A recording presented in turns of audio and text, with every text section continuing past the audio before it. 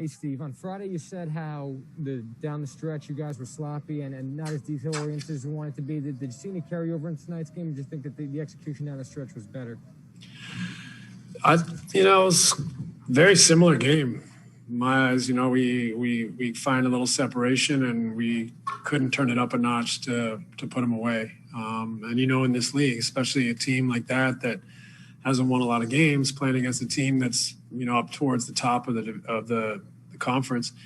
Once they get a sniff that they're still in this thing late, they have no pressure, have nothing to lose, and they're NBA guys, and you're hanging on for dear life. So, not a great performance. A win is a win. We found a way to win it in the end, but we got a lot to improve upon. We've just had a pretty poor patch recently with our play, and not at our best. Brian Lewis with the New York Post. Obviously, production-wise, Kyrie was Kyrie, but what did you think of him integrating back in? Yeah, he made some sensational plays, and played 33 minutes after a week off. So, it's great to have him back, and we definitely needed his productivity tonight. Greg Logan with Newsday. Steve, did you feel like after the first period that the offense kind of slumped in the middle two quarters a little bit? I thought the offense slumped basically the last three quarters. We didn't play well, weren't sharp. We got a little stagnant, and didn't make them adjust to different looks and options, and kind of diversify what we're doing. But we're going through a tough patch where we just it's been a crazy season, difficult schedule, and for whatever reason we're in this little patch right now. So our opportunity right now is try to fight out of it, try to clean some things up, and improve. Christian Winfield with the New York Daily News.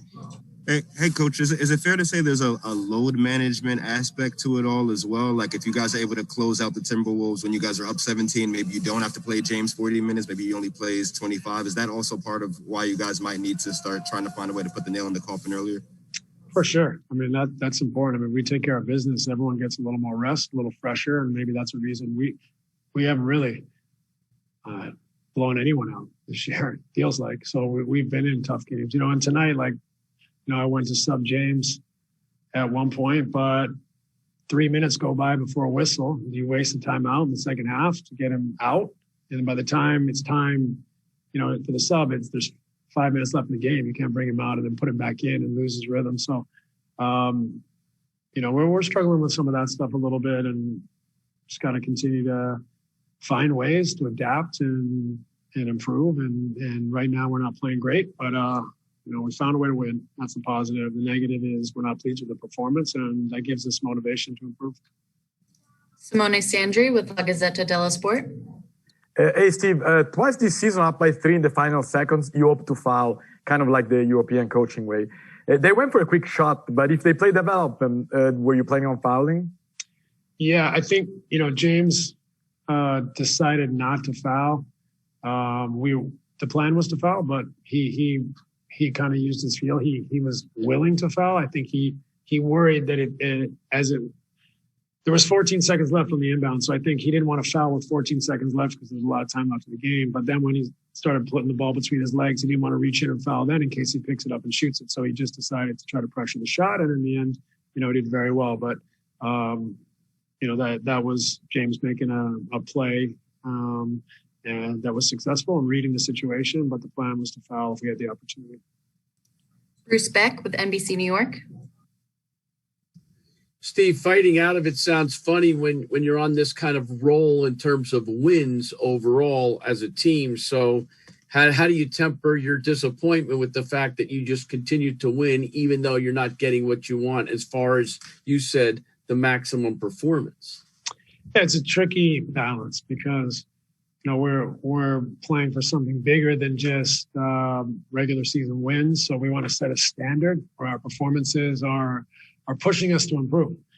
Lately we haven't had that, and that's just part of the deal. That's normal and natural for teams to go through stages like that. So, we also have to be patient. We have to push hard, but also give them a chance to come through this and do whatever we can to help them and guide them. And, our guys have been great. We're really proud of the way they've played and the effort they've given this year. It's just a matter of trying to help and guide them to get it back up to where we know they're capable of playing. Last question, back to Christian Winfield with the Daily News. Hey, Coach, James tied Jason Kidd today for the most single-season triple-doubles in Nets history. As someone who first competed against Jason and now is coaching James, do you notice any maybe similarities on the impact that they can have on the game?